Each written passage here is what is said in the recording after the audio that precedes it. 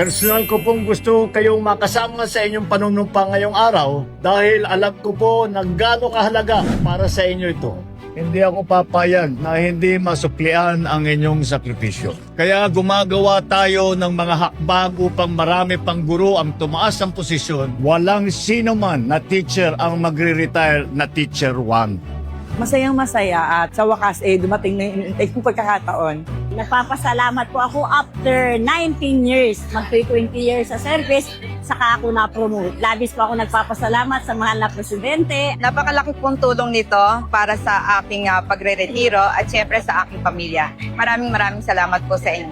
As you assume a new position today, I hope you carry with you the faces of the students who look up to you, the parents who entrust their children to your care, and the communities that believe in the difference that you make. Kaya tanyaan ninyo ako na taus-puso mong pasalamat. Maraming salamat sa inyong lahat, sa inyong dedikasyon at sa inyong malasakit.